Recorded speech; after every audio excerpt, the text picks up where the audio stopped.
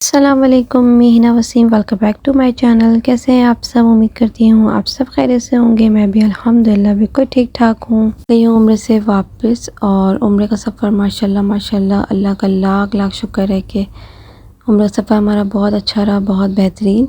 Video में मैं आपके साथ शेयर करूँगी अपना एक्सपीरियंस, बच्चों के साथ एक्सपीरियंस कैसा रहा, छोटी छोटी टिप्स शेयर करूँगी। तो उम्रे का सफ़र यहाँ से स्टार्ट हुआ था। ये है अबू धाबी एयरपोर्ट। हमने जो ट्रैवल किया है वो फ्लाई नाज से किया है। 3 आवर्स में हम पहुँच गए थे और अबू धाबी टू जद्दा। फिर जद्दा से हम टैक्सी में गए थे मक्का। जद्दा एयरपोर्ट पे पहुँचते ही साथ हमने जो है वो डिनर किया।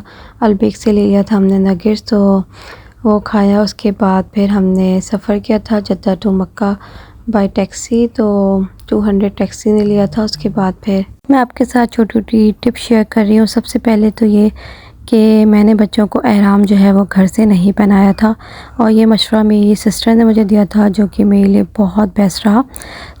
एहराम अगर आप घर से बच्चों को पहनाते हैं ना तो फिर बहुत लॉन्ग हो जाता है। फिर बच्चे जब उम्रे का टाइम आता है ना तो उस वक्त वो थक चुके होते हैं और फिर वो जो है ना हमें डिस्टर्ब करते हैं। तो मक्का में हम पहुँचे थे 1:30 बजे तक और उसके बाद फिर हमने थोड़ा रेस्ट किया। रेस्ट करना बहुत ज़रूरी है, फ़ौरन नहीं जाते साथ आप। हाँ, बच्चे अगर बड़े हों या बच्चे साथ में ना हों तो फिर आप आधे घंटे बाद चले जाएं, लेकिन हमारे बच्चे छोटे थे तो हमने 1 घंटा रेस्ट किया। रेस्ट करने के बाद जो है हम निकले थे उम्रा करने। 2:30 से 3 बजे के दरमियान हम निकले थे।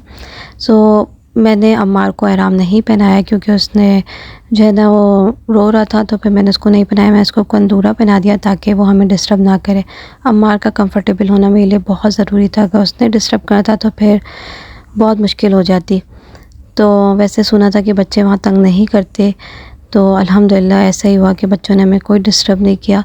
अम्मार तवाफ़ के दौरान जो है ना वो सो गया था। पूरे तवाफ़ वो सोता रहा, गोदी में रहा लेकिन सो रहा था, तो आराम था। और जब सही का टाइम आया सफ़ा मरवा का तो वो उठ गया था। देखिए मैंने वीडियोस की यादगार के तौर पे बनाई है कि अम्मार ने जो है ना पूरा सफ़ा मरवा इसने इसी तरह भाग के और चल के जो है ना वो पूरा इसने सफ़ा मरवा जो है वो कंप्लीट किया और बिल्कुल हैप्पी कोई थकना या रोना या घर जाना कुछ भी इसने नहीं किया, बल्कि तीनों बच्चों ने हमें डिस्टर्ब नहीं किया अल्हम्दुलिल्लाह। तो जल्दी किसी चीज़ में ना करें। अगर आप थक रहे हैं सफ़ा मरवा के टाइम भी 2 चक्कर के बाद, जैसे सफ़ा फिर मरवा, फिर अगर आप थक रहे हैं तो आप रेस्ट कर सकते हैं। आप इवन तवाफ़ में भी रेस्ट कर सकते हैं। 2 तवाफ़ के बाद तीसरे तवाफ़ में अगर आप थक रहे हैं तो आप थोड़ा बैठ सकते हैं, इसमें कोई मना नहीं है। इस तरह वैसे हम लोग तो नहीं बैठे थे क्योंकि जब आप फर्स्ट उम्रा कर रहे होते हैं तो एक्साइटमेंट ज़्यादा होती है, बच्चों को भी इस तरह होती है। तो बहुत ही अच्छे से उम्रा किया था और रश कम था। तो और ऐसा टाइम भी चूज़ करें जिस वक्त रश कम हो, क्योंकि तहज्जुद के टाइम रश कम होता है और सुबह के टाइम जैसे कि 8-9 बजे इस टाइम जो है ना वो रश कम होता है। बाकी दिन में थोड़ा रश कम होता है क्योंकि धूप होती है ना शायद, तो इस वजह से। लेकिन मगरिब और असर, मगरिब और इशा के टाइम बहुत ज़्यादा रश होता है, बहुत ज़्यादा। मेडिसिन आपने मस्ट रखनी है क्योंकि उसकी नीड बहुत ज़्यादा पड़ती है। तो नहीं तो एडोल जो है मैं लेकर गई थी टैबलेट, वही खाते खाते गुजरी। और मसाज क्रीम ज़रूर रखना चाहिए, उससे बहुत फ़र्क पड़ता है। तो पाँव में जो है ना बहुत दर्द होता है क्योंकि जो वॉशरूम है वो बहुत दूर है और आपको बहुत चलना पड़ता है। और फर्स्ट डे सेकंड डे आपका न्यू होते हैं तो आपको और ज़्यादा कुछ चीज़ें पता नहीं होती, तो आपको और ज़्यादा चलना पड़ता है। तो फिर जब आपको चीज़ें पता हो जाती हैं तो मालूमात हो जाती हैं, तो फिर जो है ना आप फिर आप रिलैक्स हो जाते हैं। तो जब मैं हरम में होती थी ना तो मैं बिल्कुल रिलैक्स होती थी। मुझे कहीं भी पेन कुछ नहीं, मैं रिलैक्स, मुझे इतना सुकून रहता था। बस मैं देखा था मैं वहीं रहूँ, मुझे बच्चों के वैसे रूम में आना पड़ता था। वरना मैं जब उम्रा भी मैंने किया तो मैं इतनी फ्रेश थी, मैं कोई थकावट थी नहीं मुझे मैं इतनी सुकून में थी। और जब मैं रूम में आती थी ना तो फिर मुझे जो है ना वो पाँव में पेन और ये सब। तो खैर मक्का के जो डेज़ थे वो मेरे बहुत कम थे, 4 डेज़ थे। तो मैं चाह रही थी कि ज़्यादा से ज़्यादा मैं वहीं टाइम स्पेंड करूँ और ऐसे ही होता था। अब मैं जो है हम लोग यहाँ से मदीना जा रहे हैं, मक्का से मदीना, ये बुलेट ट्रेन है और 2.5 घंटे में हम मदीना पहुँच गए थे।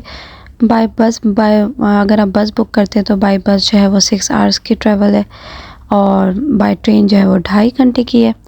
बाय बस जो है वो डिफ़िकल्ट भी है और प्राइस भी जो है ना वो ज़्यादा फ़र्क नहीं है और 6 आवर्स का सफ़र हो जाता है जो कि बहुत डिफ़िकल्ट होता है। अगर आपके साथ आपके पेरेंट्स हैं तो आप लाज़मी जो है वो ट्रेन बुक करें क्योंकि ईज़ी होगा उनके लिए। इतने देर बैठना उनके लिए पॉसिबल नहीं होता 6 आवर्स।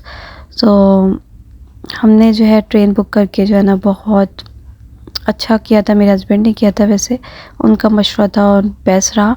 सफ़र बहुत अच्छा था और व्यू भी बहुत अच्छा था। बाहर से जो है ना हम अच्छा देखते देखते अच्छे नज़ारे देख देख के हम गए और पहाड़ी इलाके मक्का मदीना तो अच्छा बहुत लग रहा था। मक्का में बारिश भी हुई थी। जिस दिन हमने उम्रा किया था उसी दिन शाम में बारिश हुई थी। मगरिब के टाइम इतना अच्छा मौसम था, बारिश हुई तो मेरी एक ख्वाहिश थी कि मैं ना मक्का जब भी जाऊँ तो बारिश हो और मेरी वो ख्वाहिश पूरी हो। जब अल्लाह नवाज़ने पे आता है वो इतना नवाज़ देता है ना कि आपकी सारी दुआएं कबूल हो रही होती हैं। तो छोटी-छोटी इतनी दुआएं मेरी वहाँ पे भी कबूल हो रही थी माशाल्लाह अल्हम्दुलिल्लाह। सो बस यहाँ पे मैं यहाँ अलविदा कर रहे थे हम मक्का को। मक्का क्लॉक टावर जो है वो आपको नज़र आ रहा होगा। सो बस दिल उदास हो रहा था इस टाइम बहुत ज़्यादा मेरा। ये ऐसी जगह है ना कि आपका दिल नहीं भरता, आपका दिल करता है आप बार बार आएँ। तो अल्लाह हर मुसलमान को जो है ना अपना घर ज़रूर दिखाए, उम्रे की सादत नसीब फरमाए, आमीन। पहली दफ़ा ऐसा है कि मैं वॉइस ओवर करना मेरे लिए इतना मुश्किल हो रहा है। मुश्किल बस बार बार मेरा दिल भर आ रहा है, मुझे बार बार स्टॉप करना पड़ रहा है और फिर मैं आगे बढ़ते और डोरी बैग जो है वो मस्ट आपने रखना है। डोरी बैग आपके पास 2-3 हो क्योंकि आपको स्लीपर रखनी होती है, अच्छी मटेरियल की हो ताकि वो फटे नहीं और आप डिस्टर्ब ना हो। और बच्चों के कपड़े जो है वो और भी ज़्यादा लेके जाए। मैं थोड़े से कपड़े बच्चों के कम पड़ गए थे मुझे, तो मुझे लॉन्ड्री में वॉश करवाना पड़ा। सो 5-6 ट्राउज़र तो बच्चों के मस्ट है और सर टी शर्ट भी। और अब हम पहुंच गए मदीना। मदीना शहर की रौनकें और बरकतें ही अलग हैं। बहुत अच्छा शहर है, बहुत पुरसुकून। तो जन्नत में भी मैंने नमाज़ पढ़ी अल्हम्दुलिल्लाह, नफिल नमाज। और जो है ना उसके लिए एक ऐप डाउनलोड करना है, उससे फिर परमिट लेते हैं और उसके बाद आपने लाइन में जब लगना है ना तो लाइन में अपनी टर्न के लिए 15 to 20 मिनट्स पहले लाइन में लगें ताकि आपकी टर्न आए। उससे पहले अगर आप 2 घंटे पहले 1 घंटे पहले लाइन में लगेंगे तो फिर वो आपको जब आपकी टर्न आएगी तो वो आपको बोल देंगे कि अभी टाइम है, आप जाकर और वेट करें। तो इससे बेहतर है कि आप 15 to 20 मिनट्स पहले ही लाइन में जो है ना वो लगें ताकि आपको ज़्यादा जो है ना खड़ा ना होना पड़े। और साल में एक ही दफ़ा ये आपको मौका मिलेगा, एक साल में एक ही दफ़ा आप रियाजुल जन्नत में जा सकते हैं।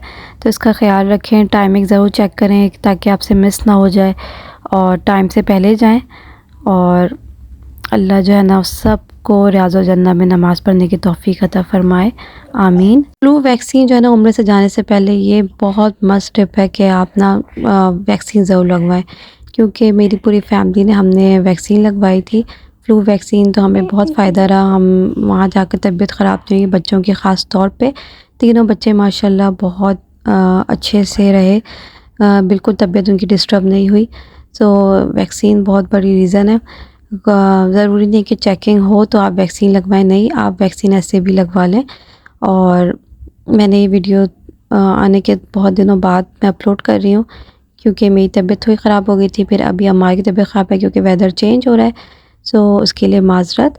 सो मैं इस वीडियो को यहीं पे एंड करती हूँ। अगर आपको मेरी वीडियो अच्छी लगी है तो प्लीज़ मेरे चैनल को सब्सक्राइब कर दें, लाइक कर दें, शेयर कर दें। मिलूँगी नेक्स्ट वीडियो में। अपना ख्याल रखें, दुआ में याद रखें। अल्लाह हाफ़िज़।